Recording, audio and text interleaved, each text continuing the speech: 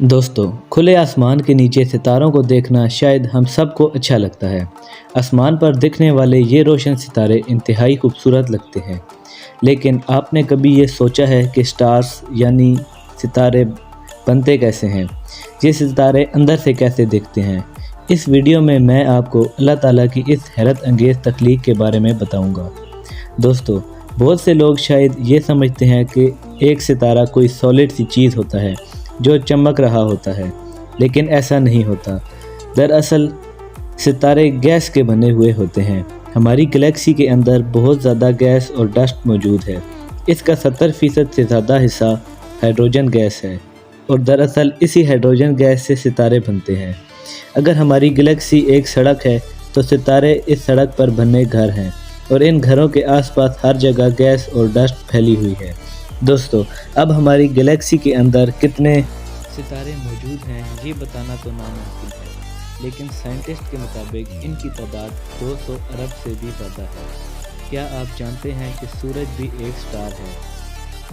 अब बात करते हैं कि सितारे कैसे बनते हैं। मैंने आपको बताया है कि हमारी गैलेक्सी में गैस और डस्ट फैली हुई है, जिसमें ज़्यादा हाइड्रोजन गैस है। एक सितारे को बनाने के लिए हाइड्रोजन गैस और ग्रेविटी की ज़रूरत होती है।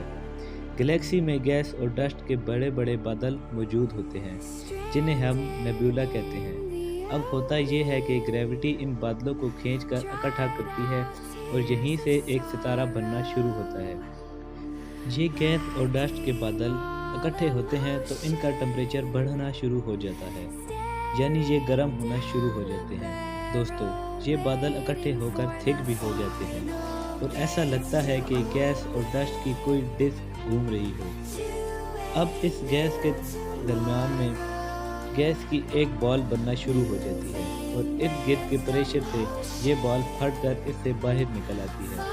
ग्रेविटी इस बादल के इर्द गिर्द प्रेशर बढ़ाती रहती है। गैस और डस्ट के पार्टिकल्स एक दूसरे से टकरा रहे होते हैं और हीट बढ़ना शुरू हो जाती है।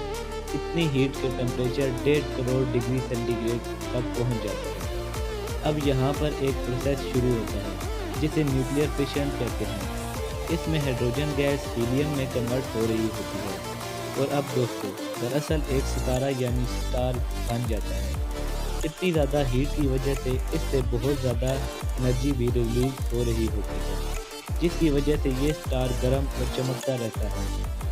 इस जैसे अरबों सितारे हमारी गैलेक्सी पर मौजूद हैं, जिन्हें हम ज़मीन से देखते हैं। दोस्तों, कुछ सितारे दूसरे सितारों से ज़्यादा चमकते हैं। डिपेंड करता है कि उनसे कितनी एनर्जी रिलीज़ हो रही है। एक और इंटरेस्टिंग बात यह है कि सितारों के मुख्तलिफ रंग होते हैं।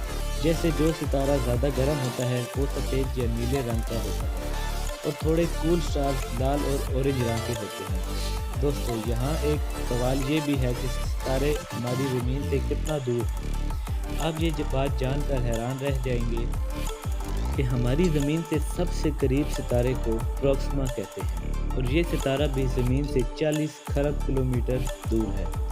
यानी अगर हम ज़मीन से इस सितारे की तरफ पैदल चलें तो हमें इस तक पहुंचने में 95 करोड़ साल लग जाएंगे। और आप अल्लाह ताला की अजीम कुदरत को देखें कि हम ज़मीन से इन सितारों को ऐसे देख रहे होते हैं कि जैसे ये हमारे करीब ही हों। दोस्तों, अब सितारे तो दिन को भी मौजूद होते हैं, लेकिन दिन को सूरज की रोशनी आसमान को इतना रोशन कर देती है कि सितारों को देखना मुश्किल हो जाता है, लेकिन रात को हम इन रोशन सितारों को देख सकते हैं।